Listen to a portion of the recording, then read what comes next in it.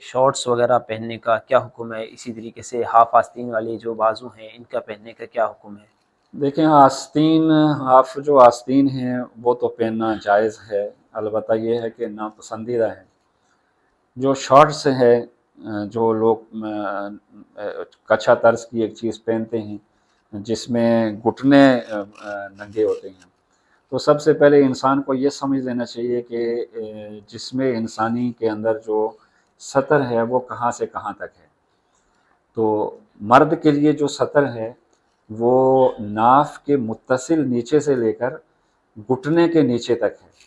ناف اگرچہ اس سطر کے اندر شامل نہیں ہے لیکن گھٹنے سطر کے اندر شامل ہیں۔ اب اگر کسی مرد کے گھٹنے ننگے ہیں تو گویا کہ ہماری شریعت کی حکم کے مطابق وہ ننگا ہے، لہذا یہ شارٹس جو پہنا جاتا ہے جو اس میں گھٹنے ننگے ہیں تو وہ شخص ہماری شریعت کی نظر میں ننگا ہے اور وہ بے پردہ ہے، اور گویا کہ وہ ہر وقت وہ شخص گنہگار ہو رہا ہے۔ وہ روڈ کے اوپر چل رہا ہے تو بھی گنہگار ہو رہا ہے، وہ ہوٹل پہ بیٹھا ہوا ہے تو بھی گنہگار ہو رہا ہے، وہ کسی بھی حالت کے اندر چل رہا ہے پھر رہا ہے، یہاں تک کہ اپنے گھر میں اپنے بیوی بچوں اپنی ماں باپ کے سامنے بھی شارٹس پہن کے گھومنا جائز اور درست نہیں ہے، اس لیے کہ وہاں سطر کھل جاتا ہے، اور سطر کے اگر نماز میں کھل جائے تو نماز ہی ختم ہو جاتی ہے، وضو بھی ختم ہو جاتا ہے۔ عام طور پر جو سطر ہے اس کا ڈھانپنا ضروری ہے۔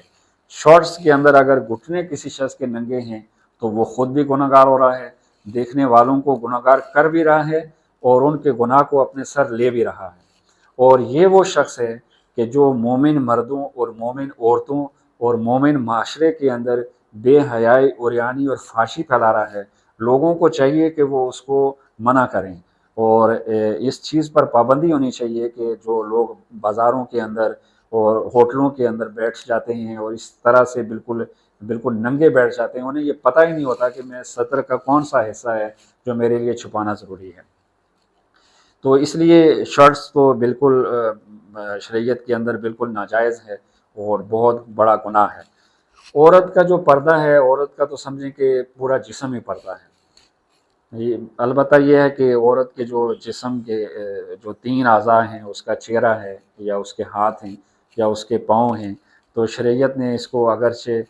اجازت دی ہے کہ وہ اس کو کھلا رکھ سکتی ہے، لیکن جب مردوں کے اندر جانا ہو یا کسی ایسی جگہ پر جانا ہو کہ جہاں پر مردوں کی کثیر تعداد ہو تو وہاں پر عورت کو چاہیے کہ وہ اپنے پردے کو بھی،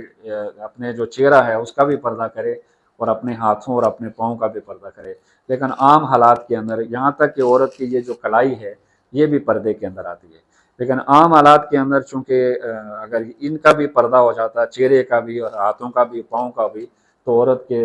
ایک مشقت میں مبتلا ہو جاتی، تو شریعت نے اس کو پردے سے